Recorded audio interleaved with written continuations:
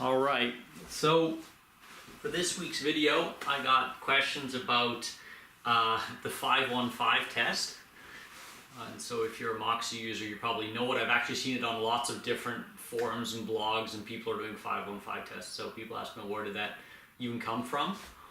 And I thought the best person to answer that question is Jörg Feldman, my dad, because he's the one that came up or invented or created or came up with the concept of the 515 test. So I thought first we'd ask that you can quickly say, what is the 515 test? So that just if people don't know. And then you can talk about how you came up with the concept for the 515 test. Well, first, it's not a very smart test. It's potentially because we have 5 fingers and it's easy to count, and then you make 1 minute break, and that's what the name is. You go 5 minutes, you create a load on your body, and then you make a certain stop for 1 minute. Why 1 minute? Potentially it's easy to control on a watch, and after 1 minute you go again for 5 minutes. And we repeat the same load twice to see whether we can, by the same load, physical load, repeat the same picture physiological equipment will show us. So do we see after the same 5 minutes load, the same lactate value after 5 minutes, like after the second time is the same load? Do we see the same NIRS information, so the same drop of SMO2? Do we see the same heart rate, and so on?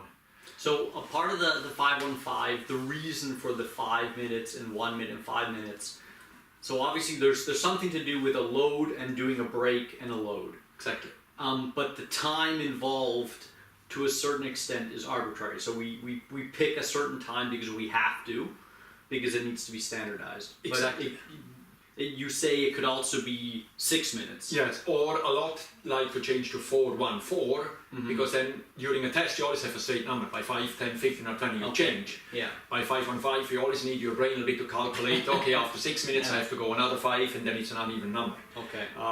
The main part why I was choosing 5 is because in the early days when I was working a lot with lactate, we realized that the 3 minute standardized test most likely will be too short for a decent information about lactate. Today we know it doesn't really matter how long the steps are for lactate, it's worthless anyway. Okay, so part of it also, we say, okay, it doesn't have to be 5 minutes, but there is a certain amount of time that we should spend to think about reaching a steady state. Yes. So if we're doing a 1 minute test, likely we're not reaching any steady state. Exactly.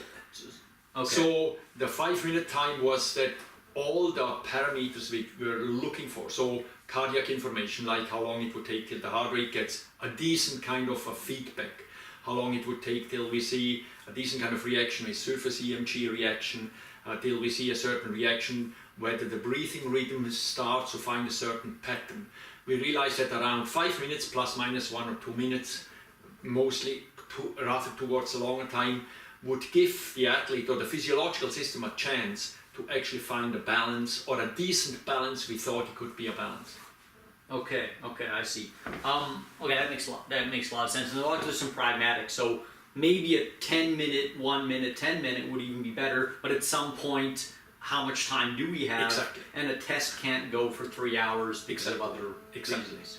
That's another reason why some people not repeat the same load, but we may perhaps later discuss why we actually try to repeat the same load.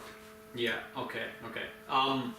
Now, so previously, before you started working with NIRS, you did lots of lactate testing, which you mentioned that up a little bit. So I've also people asked, well, why come up with the 515 now with these new technologies, and why was that never an idea with the old ways of like lactate? Is that because of the delays that involved with time that you were talking about before? Well, the idea was actually coming up with lactate. I was born in the time of lactate as the golden egg in exercise physiology. I was one of the first people who actually brought the point of care lactate analyzer to North America from a Swiss company, and then later from a Japanese company. So I was a completely believer of lactate. Because that's how I brought up. Till then, 1985, Brooks and other groups started to question whether that concept from 1917 was really a realistic concept. And we realized that actually over all these years, the theory was here to be defended, even tough the fact wouldn't actually protect the theory, so we changed the facts so that the theory could survive instead of actually changing the theory because the facts showed something different. And so we started to actually do tests with different lengths of steps. So 3-minute lactate steps like everybody's doing, then you do the same with 4-minute steps, 5-minute steps, 6-minute steps. And for each step length, you got a different lactate curve. So which one is the right curve? And then you actually could see that if you made the steps very long, 5 or 10 minutes, and you would expect as harder you get, as less lactate you would have, the lactate values actually would start to drop because there was a lot of problems for the body to actually create lactate, despite the fact that the athlete was actually not able to do the step intensity anymore. So there were so many questions when you started to change the traditional protocol that we had to start to believe the protocol produces the test results and not the physiological system. Yeah, and I think that's a major problem with a lot is are you playing to the protocol or to the actual physiology? And I think that's a big problem in all different types of tests and trying to understand that's an issue. So you talk about changing the lactate step times. And now you want to create some kind of zoning based on some kind of threshold. Well, if you have 5 different thresholds based on the steps you do, well, what are you going to implement for your training? So that's the problem. test may be to a certain extent repeatable. That's why you had all these rules, no coffee, no training before, and so on. So yes, the test was relatively repeatable, but you never ever have these conditions when you actually do a workout. So if you kept the experimental conditions the same, then the protocol was repeatable. Yeah, relatively repeatable when you were able to do it as close as possible. Yeah. But in a training situation, you never or very rarely will have the same conditions as you had at the test. You not make 2-3 days rest. You may have completely different food today than tomorrow when you do a workout. So the lactate value is a value who is so variable on so many different aspects that using a number is like throwing up a dice and hope you're right. Yeah, okay. So, I mean, that kind of moves us right into the other question that people... So, we talked a little bit about some weaknesses that testing protocols have. Okay, so this idea that they don't reflect...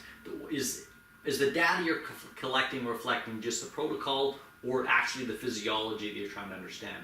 What do you think then is the strength of the 5-1-5?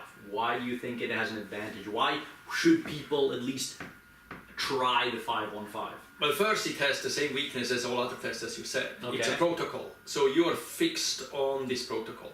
What I think is that the 5-1-5 is a learning tool to understand that physiological reaction and information has to be done out in the field.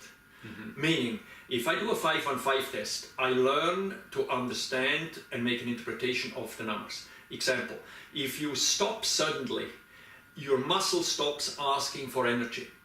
So you would normally assume that your lactate traditionally would actually drop because you don't move anymore. But if you do an all-out 500-meter run, your lactate after the 500 meter is actually relatively low. But if you measure it 5 minutes later after you sit down, your lactate is very high, but you feel actually perfect.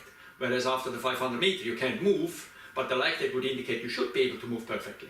Whereas after 5 minutes, the lactate would indicate you should actually not be able to move, but the guy is really happy and moves even better than before because now he has a perfect energy source.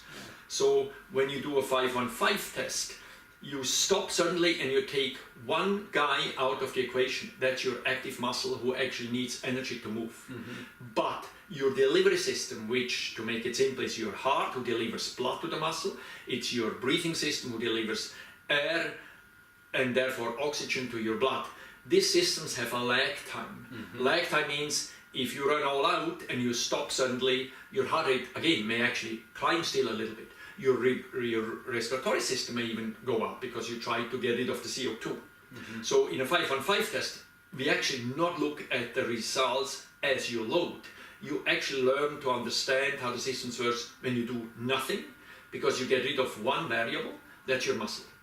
So as a simple example, if you go all out in a 5-on-5 at the end and your breathing is the limiting factor, you will be not able to get rid of your CO2 because your breathing can't get rid of the CO2. You produce more CO2 than you can actually breathe out.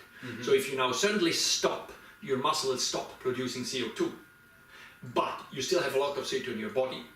And so instead of actually seeing an immediately increase of your SMO2, which means you don't need any more oxygen, so SMO2 should go immediately up, it actually drops, surprisingly.